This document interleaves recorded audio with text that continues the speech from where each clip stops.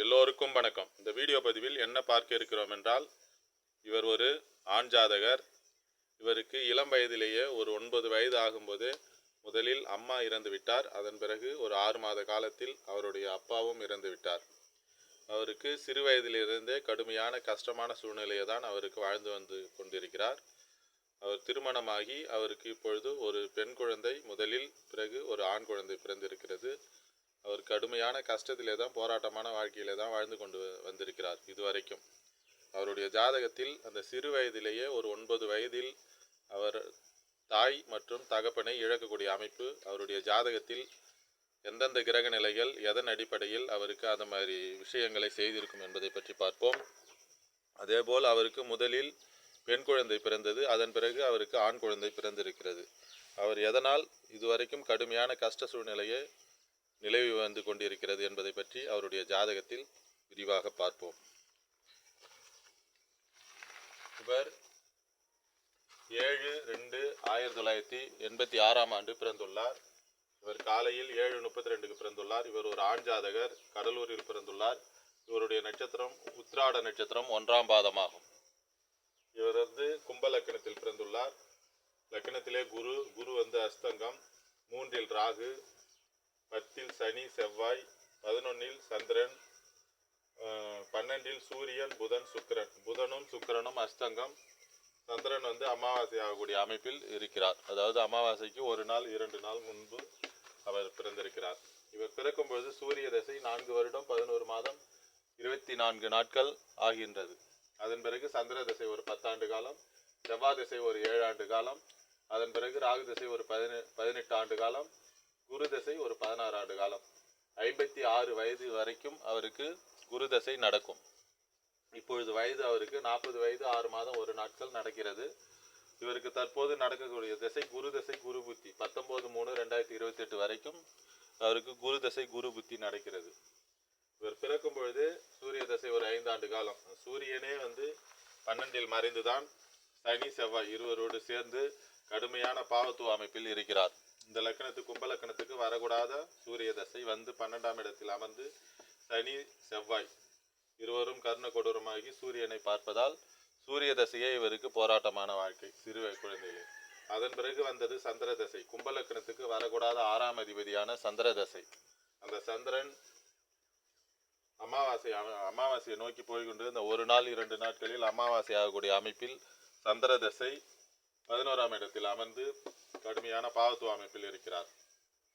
அந்த சந்திரனுக்கு எந்த விதமான சுப தொடர்பு எதுவும் கிடைக்கவில்லை.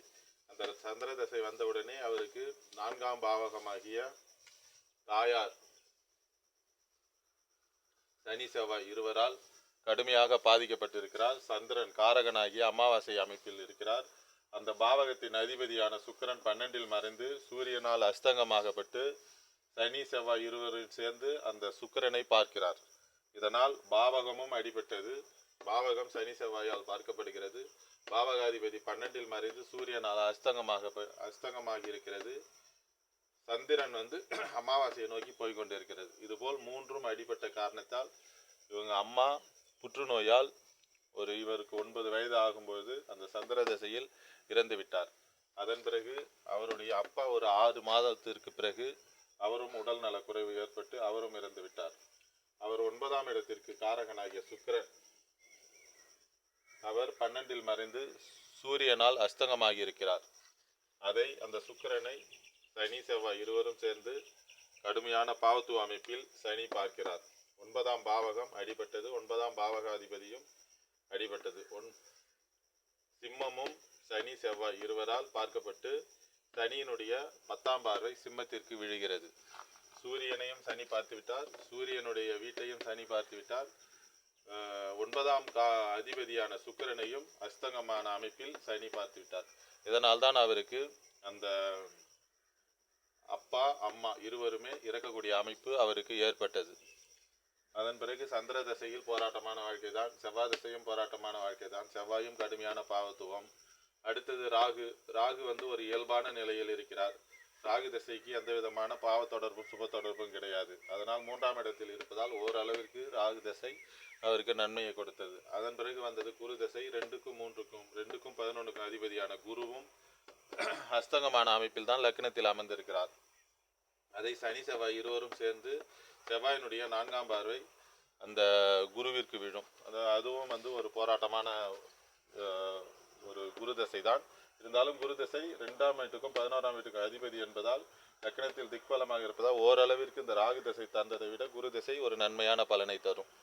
இவருக்கு முதல் குழந்தை பெண் குழந்தை பிறந்தது. 5ஆம் பாவகம், 5ஆம் பாவகாதிபதி என்று சொல்லக்கூடிய புதன் 12இல் மறைந்து அஸ்தங்க அமைப்பில் இருக்கிறார். குரு அஸ்தங்கமாகி இந்த இடத்தை பார்ப்பதால் அவருக்கு முதல் குழந்தை பெண் குழந்தை பிறந்தது. அஸ்தங்கமாகாமல் பார்த்திருந்தால் அவருக்கு ஆண் குழந்தை பிறந்திருக்கும்.